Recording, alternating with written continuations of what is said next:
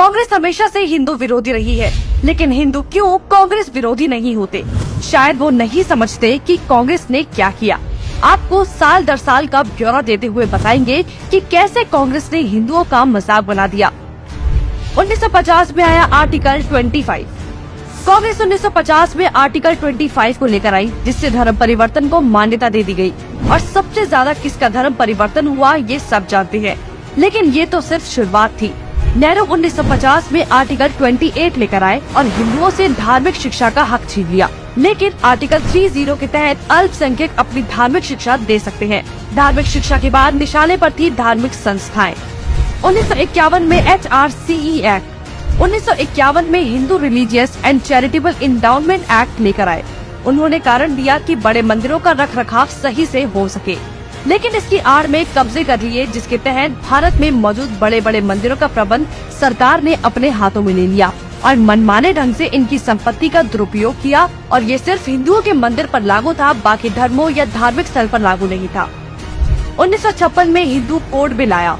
1956 में नेहरू सरकार Hindu code bill लेकर आई, लेकिन अल्पसंख्यकों के लिए इन्होंने पर्सनल लॉ बोर्ड को बिल्कुल हाथ नहीं लगाया। मतलब एक ही है, देश में एक जाति कर संविधान कानून से और दूसरी अपने धर्म के कानून के हिसाब से, और आज भी यूनिफॉर्म सिविल कोड से कतराते हैं। कांग्रेस ने लगाई आरक्षण की आग। कांग्रेस आरक्षण लेकर आई, जिससे हिंदुओं को बांटने का काम किया गया, जिससे सबसे बड़ा नुकसान हिंदुओं को हुआ। आरक्षण की देश में जरूरत थी, लेकिन मक्कार कांग्रेसी इस योजना को 10 साल लागू करने की बजाय इसे बढ़ाते चले गए और न ही इससे लोगों को सशक्त बना पाए, जबकि लोगों को इसकी लत लगा दी गई। इंदिरा का कार्यकाल। साल 1976 में इमरजेंसी के दौरान ही इंदिरा ने संविधान में सेक्युलर शब्द को जबरदस्ती घुसा दिया, जिसको लेकर संसद में कोई चर्चा तक नहीं हुई। मतलब कि हिंदू बहुसंख्यक होते हुए भी भारत हिंदू देश नहीं कहलाया जा सकता, जबकि आप हमारे आसपास देखेंगे तो सभी मजहबी देश हैं, लेकिन हिंदुओं के लिए कोई देश नहीं बचा। इसके बाद हिंदुओं के कानूनी अधिकार और इतिहास निशाने पर थे। 1991 में पूजा स्थल कानून। 1991 में कांग्रेस ने पूजा स्थल कानून बनाया, जो बेहद हिंदू विरोधी कानून था, क्योंकि इस कानून के तहत हिंदू, सिख और जैन मुगलों के कब्जे से मंदिरों को छुड़ाने के लिए लड़ाई ही नहीं लड़ सकते। उनके पास दलील सुनने का कोई कानूनी अधिकार ही नहीं छोड़ा गया। हमने लाखों मंदिर और उनका इतिहास खो दिया। 1992 माइनॉरिटी कमीशन एक्ट। कांग्रेस ने अल्पसंख्यक आयोग अधिनियम बनाने के बाद अल्पसंख्यक आयोग बना दिया।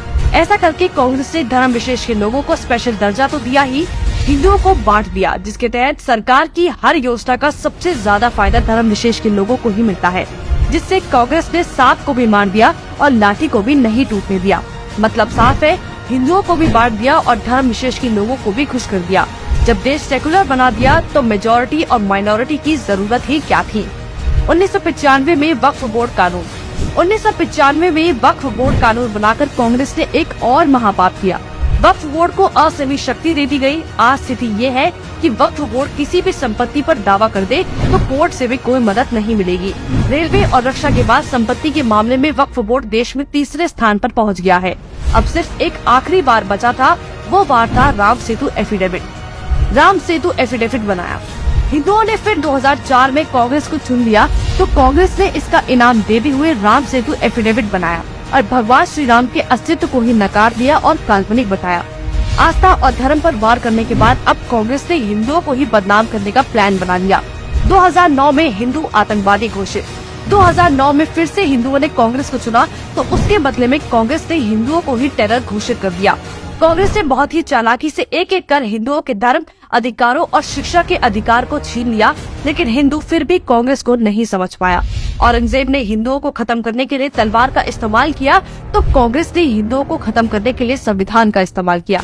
फिर भी कांग्रेस ही बोल रही है कि लोकतंत्र खत्म हो रहा है, जबकि लोकतंत्र नहीं, हिंदू और हिंदुत्व खत्म हो रहा है।